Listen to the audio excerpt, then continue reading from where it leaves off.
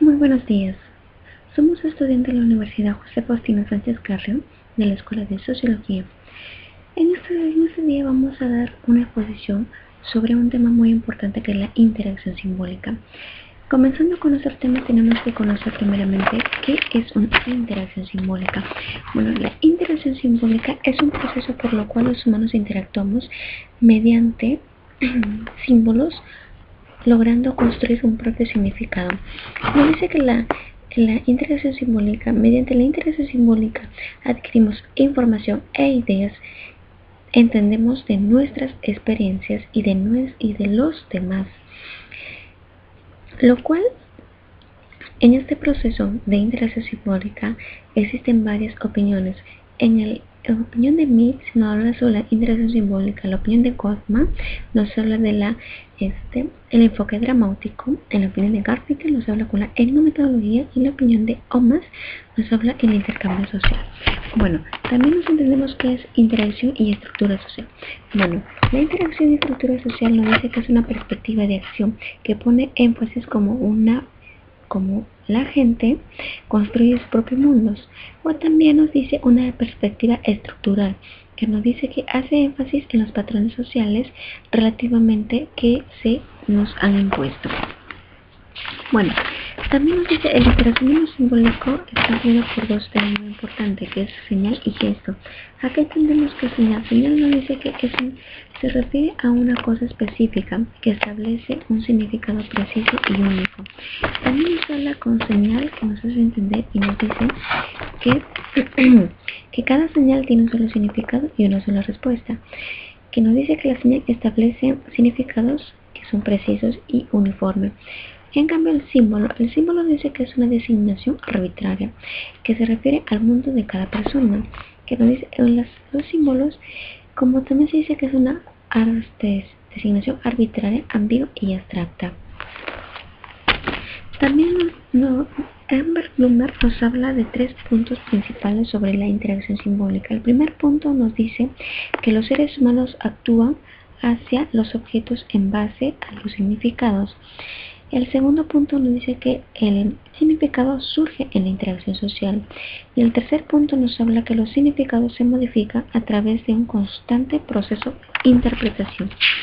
Bueno, también el interaccionismo simbólico tiene principales raíces históricas, como por ejemplo lo que vamos a tener como el principal es el pragmatismo. El pragmatismo dice, ¿a qué se refiere el pragmatismo? Nos dice que es una perspectiva filosófica para los pragmáticos. La verdadera realidad no existe fuera del mundo real.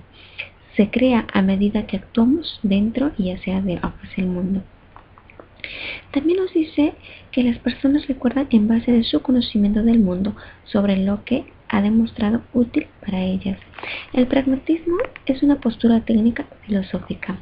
También nos dice sobre el conductismo. ¿A qué llamamos con el conductismo? El conductismo distingue claramente su conductismo social del conductismo radical. A los conductistas radicales les interesan las conductas observables de los individuos. También nos habla sobre otro punto que es el reduccionismo y el sociologismo.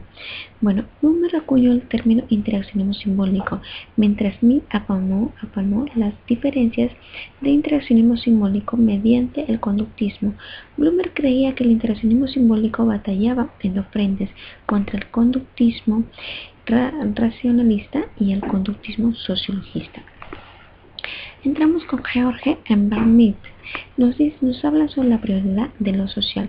Para mí, la psicología social tradicional partía de la psicología del individuo para explicar la experiencia social. Smith, en cambio, dio prioridad al mundo social para comprender la experiencia. Todo social pretende la mente ilógica. También nos dice que cada individuo consciente y pensante lógica, imposible y pensante es lógicamente posible sin grupo social. También nos habla George Smith sobre el acto. Aquí nosotros nos referimos con el acto. El acto, para mí, el acto considera el acto como la unidad más primitiva de su teoría. No es en sí un fenómeno emergente, sino en base de toda emergencia. Mill considera 4 fases muy importantes en el acto. La primera es el impulso. El impulso es un estímulo de reacción de respuesta. La segunda es la percepción, que nos dice que es una selección de estímulos. La tercera es la manipulación, que nos dice que es una pausa temporal. Y la cuarta nos dice que es una consumación, que nos dice que es una satisfacción de cada impulso. Los gestos, mientras el acto implica a una sola persona, el acto social implica a una y más personas. Nos dice que el gesto para mí es el mecanismo básico del acto social, en particular y en el proceso social a lo general. También nos habla Mill sobre el significado, de los símbolos significantes. Nos dice que los gestos se convierten en símbolos significantes cuando surge de un individuo para que construya el mismo tipo de respuesta. Bueno, procesos y mente en la mente. Procesos mentales y la mente. ¿A qué llamamos? Mill se le ha llamado como una frecuencia filosófica de los procesos. Mill solía pensar el término de los procesos más de estructura o contenido, que se refiere a 4 puntos: inteligencia, que es adaptación de actos; conciencia, que es proceso social; significado dentro de un acto social; y por último nos dice que es la mente, proceso y no cosa. También nos habla Mill sobre, se puede decir, una fase que es el ser. Mill consideraba que el ser es la capacidad de considerar a uno mismo como objeto. El ser tiene una peculiar capacidad de ser tanto sujeto como objeto. Bueno, podríamos decir el ser es dialécticamente relacionado con la mente. Mill se preocupa por la génesis del ser. Mill creía que la conversación de los gestos era un transformo para el ser, que no implicaba, puesto que esa conversión y las personas no son complementadas como objeto. Bueno, Mill identifica 2 aspectos o fases del ser, que es el yo y el mí. ¿A qué entendemos con el yo? El yo es la respuesta inmediata de un individuo a otro. Es el aspecto incalculable, impredecible y creativo. El mí es un individuo habitual y convencional. Los conformistas están dominados por el mí. Bueno, también el transgénero simbólico define como la sociedad. Mill utilizaba este término para referirse a los procesos sociales que procede tanto en la mente como en el ser. Bueno, también el transgénero simbólico nos define en 2 tipos de instituciones. Nos define 2 tipos: instituciones sociales y educaciones. Bueno, las instituciones sociales nos dice que es la respuesta común de la comunidad a los hábitos vitales de la comunidad. La educación es el proceso esencial mediante los cuales los hábitos comunes de la comunidad e institución se interrelacionan dentro del acto, dentro de un actor. También nos habla sobre en el enfoque de Edwin Goffman, un enfoque dramático. Nos dice que en este enfoque dramático tiene actividades significantes, nos define 2 tipos: de la expresión que da del individuo, que se refiere a los símbolos verbales emitidos por el individuo para transmitir una información. Es el sentido tradicional y limitado de las comunicaciones. Pero también nos dice el otro, que la expresión que emana del individuo se refiere a un amplio rango de acciones que los actores, que los otros pueden tratar como sintomáticas del actor. También nos habla sobre un enfoque dramático. Nos dice que se interacciona la cara a cara. Hay una influencia recíproca de un individuo sobre sus acciones dentro de cuando se encuentre y precisa físicamente mediante una influencia. Se da por medio de una actuación. También nos habla sobre el enfoque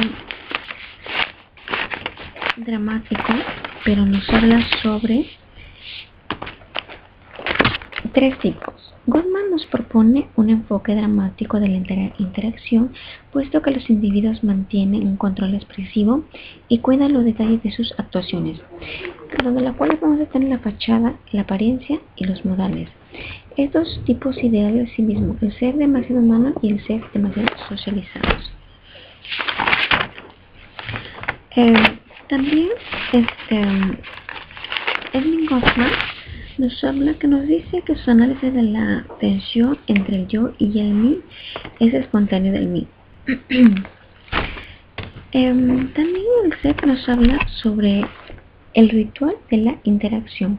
Nos dice que Goffman relaciona la conducta ritual interpersonal con la fase del proceso correctivo de los encuentros cara a cara, en las cuales, según su perspectiva, se expresan las reglas de etiqueta sobre los atributos de la persona como orgullo, honor, dignidad general y posición social, en las cuales van a tener 4: desafío, aceptación, ofrecimiento y agradecimiento.